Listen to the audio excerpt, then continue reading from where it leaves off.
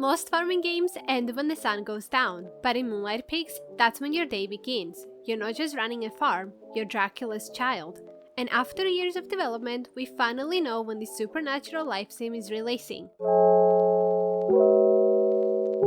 Hi friends, Bloomable here, and welcome back to Games Worth Waiting For. If you love cozy games with a darker twist, Moonlight Peaks has probably been on your radar for a while. Developed by Little Chicken, it's a supernatural life sim where you manage a farm at night, use magic alongside traditional tools, and build relationships with vampires, witches, werewolves, and other supernatural residents. Over the past couple of years, the developers have shared a lot of details through devlog streams, interviews, and Discord updates. I went through all of that to piece together what the full game is shaping up to be. So in this video, we're breaking down everything we currently know, from supernatural farming and the adorable hell pets, to romance options, exploration systems, and the customization features that let you build your own gothic sanctuary. First, the big news: Moonlight Peaks officially launches on July 7th, 2026. Interestingly, the developers decided to skip early access entirely.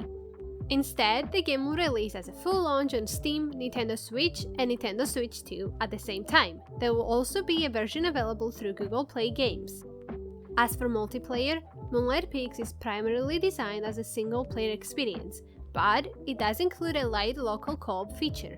A second player can take control of your pet companion and help gather items and forage around the farm. It's not a full multiplayer system, but it's a relaxed way to share the experience with someone else. The core farming loop is built around your vampiric nature. Since you live at night, you'll be tending to your crops while the town sleeps. Apart from growing normal vegetables, you'll cultivate things called cursed crops, plants like wolfsbane and mandrakes that serve as your main source of sustenance. Because you're a vampire, traditional food isn't really part of your diet, so these crops become a central part of your survival and progression. One of the most interesting twists is how magic works with traditional farming tools. Rather than just upgrading watering cans or axes, you learn spells from local witches that help automate parts of your farm. There is a watering spell that can take care of the entire fields, a growth spell that speeds up your crops, and a shapeshift harvest ability that lets you transform into a bat and quickly collect everything across your farm. The developers have mentioned they want the gameplay to feel less like repetitive chores and more like gradually mastering your supernatural powers. Even the shipping system has personality. Instead of a normal shipping bean, you sell your goods to Chester, a sentient chest with teeth who literally eats your products before sending them off to market. The animals in Moonlight Peaks are another huge highlight. Instead of regular livestock, you raise supernatural creatures. One example is a Draculamp, a small gothic sheep that produces something called shadow fleas.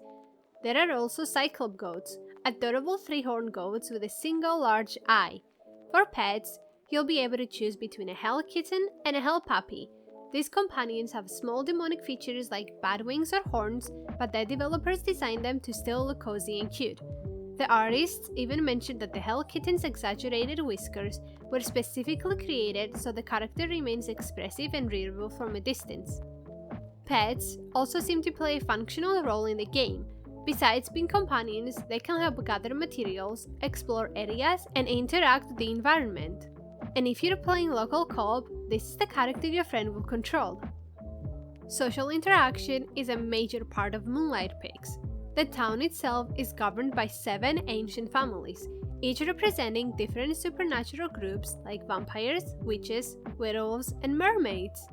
There are over 20 romanceable characters in the game, and relationships develop through conversations, gifts, and special story events.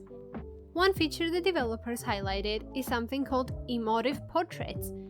During dialogue, characters can blush, look away, or react emotionally depending on what's happening in the conversation.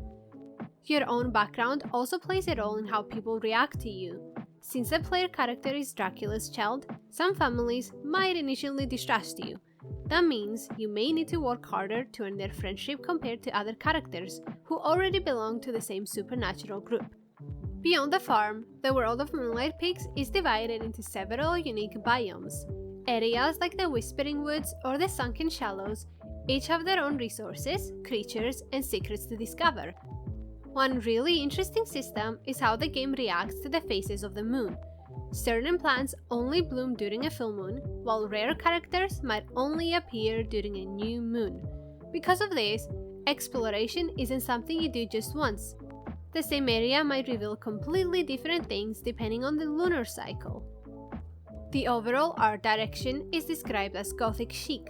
Characters and buildings use rounded, chunky shapes that keep the world feeling cozy even though the theme is darker. The decorating system is also grid-free, meaning you can rotate furniture freely and layer decorations on top of tables and surfaces. Your coffin is actually the centerpiece of your home, and you can customize everything from the silk lining to the carved details.